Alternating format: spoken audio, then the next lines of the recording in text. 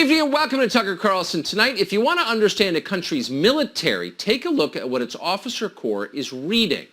Military officers aren't just war fighters, they're trained to be thinkers, even intellectuals. Some of them have advanced degrees. In Russia, officers above the rank of colonel are required to read a book by a Russian nationalist called Alexander Dugin called The Foundations of Geopolitics. Dugin's book envisions a Eurasian empire with Russia at the center of it and then outlines a way to achieve that. In China, meanwhile, recruits are told to read The Origin and Goal of History. It teaches that China is successful because its culture is superior to the West's. Now, you might not agree with them, but these are serious books, and they promote the national interests of the countries whose officers read them. That's why they're assigned. And that makes sense.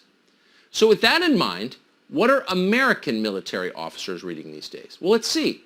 A subliterate pamphlet on how the United States is a disgusting, immoral country that must be changed immediately and forever. That tract is entitled How to Be an Anti-Racist. It is written by a former University of Florida professor called Henry Rogers, who now that he is rich and famous, goes by his revolutionary name, Ibram X. Kendi. The book is garbage. Actually, it's worse than that. Not only is it embarrassingly stupid, it is poisonous.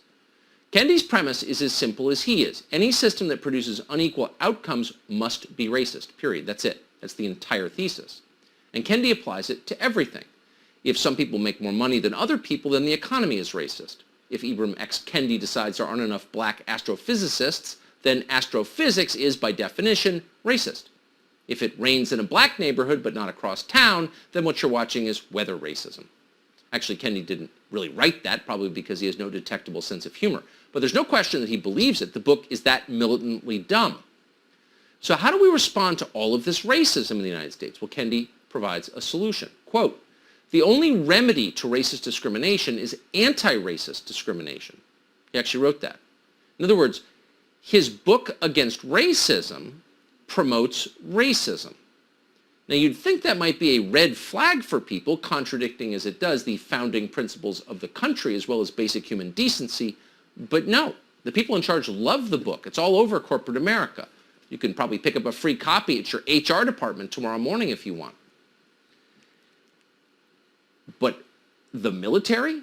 You can't imagine the U.S. military would assign a book like that, recommended to every sailor in the U.S. Navy. Well, yes, actually. On Tuesday, Congressman Jim Banks of Indiana demanded an explanation for this from the Chief of Naval Operations, Admiral Michael Gilday. Here's how it went. Kendi's book states that capitalism is essentially racist. And Kendi is clear that racism must be eliminated. So yes or no? Do you personally consider advocating for the destruction of American capitalism to be extremist? Here's what I know, Congressman. So yes or no racism question, in Admiral. the United States Navy. Admiral, you recommended every sailor in the United States Navy read this book. So yes or no question. I'm not forcing anybody to read the book. It's on a recommended reading list. Admiral, did you read the book? I did. Admiral, you said you read this on a book. What part of this complex- book is redeeming and qualifies as something that every sailor in the United States Navy should self-critical read it? about his own journey as an African American in this country, what he's experienced. Let me ask you again, Admiral, do you expect that after sailors read this book that says that the United States Navy is racist, that we will increase or decrease morale, cohesion, and recruiting rates into the United States Navy? I think we'll be a better Navy from having open, honest conversations about racism. Open and honest conversations about racism. Well, that would be nice. But it's an amusing line coming from someone who claims to have read Kendi's book, as Gilday says he has. Open and honest conversations are racist. Kendi said that many times. So let's say, open and honestly, you decided that you cared more about the way people behave than the way that they look.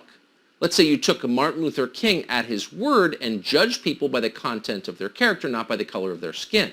If you were to do that, Ibram X. Kendi says you were a racist. Quote, "The claim of not racist neutrality is a mask for racism. The language of colorblindness is a mask to hide racism.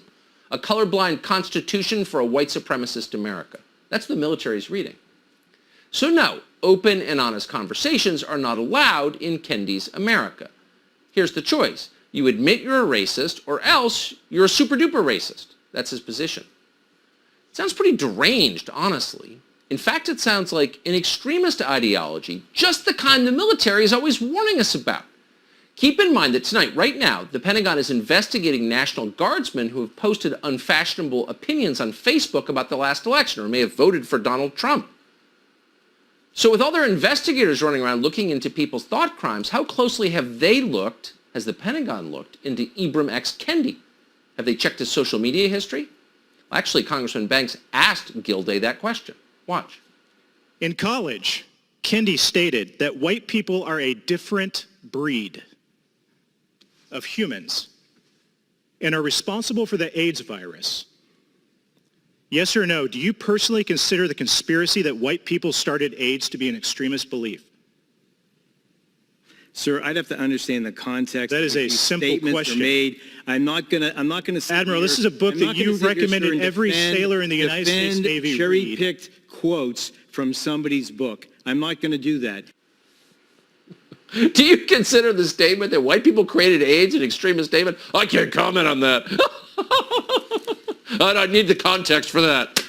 So Admiral Gilday, what a mediocrity, will not defend the man he's just been promoting to the entire U.S. Navy. Now that's odd, though once you dig a little, you can see why he doesn't want to talk much about it. Not long ago, Kendi was invited to speak at the Aspen Ideas Festival, a place where ideas go to die. A room full of academics waited to hear his wisdom. During the question and answer session, one of them dared to ask the most basic question of all. How are we defining racism? How do you define it? Now you'd think Ibram X. Kendi would be ready for that question, but he wasn't. Here's what he said. You talked about the importance of defining racism, but I, unless I missed it, which is possible, I didn't hear your personal definition. Is there one that you would offer us? Like, how do you define racism? Sure. So racism, I would define it as a collection of racist policies that lead to racial inequity that are substantiated by racist ideas.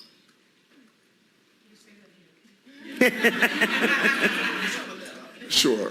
A collection of racist policies that lead to racial inequity that are substantiated by racist ideas. So racism is racist stuff. Or as Kendi puts it, and we're quoting now, it's a collection of racist policies that lead to racial inequity that are substantiated by racist ideas, end quote. Right. But how are we defining racism? Ibram X. Kendi couldn't say. Despite making a bountiful living on the topic, getting rich talking about racism, he hadn't thought how to define the word. Now, in a serious society, everybody listening, everyone in the room would have walked out and found something better to do. Bird watching, maybe. That's racist. Well, the so-called intellectual on stage turned out to be an idiot. So they should have left. But they didn't. They just laughed nervously. They were worried if they said something about what had just happened, if they pointed out that the former Henry Rogers is in fact a fraud, they would be denounced as well. This is how mediocre people control entire societies, with implied threats. Go along or we'll punish you. So they don't say anything. The funny thing is, in his own book, Kendi admits that he himself is a racist. Here's a definition. Quote, white Democrats stood aside and let Bush steal the presidency on the strength of destroyed black votes. Bush's team transitioned that winter. I transitioned into hating white people. White people became devils to me, but I had to figure out how they came to be devils. So this is the man that Admiral Michael Gilday, it's hard to believe that Admiral Michael Gilday has any power in the United States military, but he does. And this is the man Admiral Michael Gilday believes the entire U.S. Navy should study. Imagine working for someone like Admiral Michael Gilday. Most normal people cannot even imagine that, so they're leaving the military. One Marine told us that a military history training session was replaced with mandatory training on police brutality, white privilege, and systemic racism. He reported that several officers are now leaving his unit, citing that training. Another service member told us that their unit was required to read White Fragility by Robin DiAngelo, which claims, and this is a quote, white people raised in Western society are conditioned into a white supremacist worldview. An airman told us their unit was forced into a racist exercise called a privilege walk, where members of the wing were ordered to separate themselves by race and gender in order to stratify people based on their perceived privilege.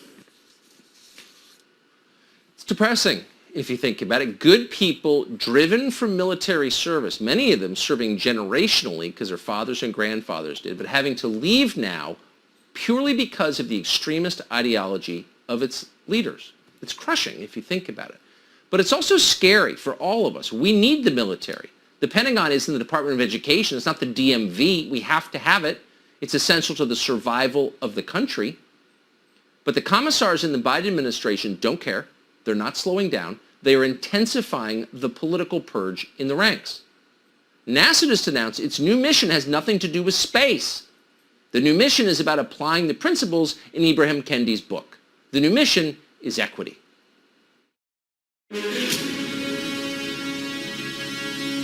At NASA, we're on a mission of equity, launching opportunity. Equal opportunity to challenge and inspire. To learn and thrive. To reach those we've never reached before. To use science, data, and technology to advance equity. To shatter boundaries. And break down barriers across America. To create a better future. We hope you'll join us on this mission.